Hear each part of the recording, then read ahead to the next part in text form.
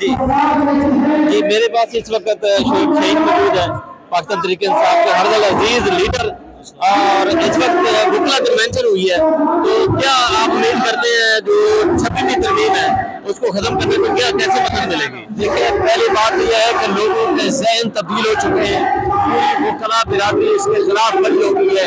चंद doubts उसकी हिमायत जरूर कर रहे होंगे, लेकिन 99% वकला ने आज अपना रेफरेंडम में अपना मौक़िफ़ दे दिया है कि वो इस वक्त इस गैर आईनी 12वीं तरमीम, इसको आईनी तरमीम न कहें, आईनी तरमीम को रिजेक्ट कर दिया। अच्छा, ये धरना होना था, वकला की तहरीक खत्म हो गई है या जारी है? वकला की तहरीक जारी है। आपने पिछले हफ्ते सड़कों पर नहीं देखा, आज यहाँ नहीं देखा, उनके जज्बात नहीं देखे।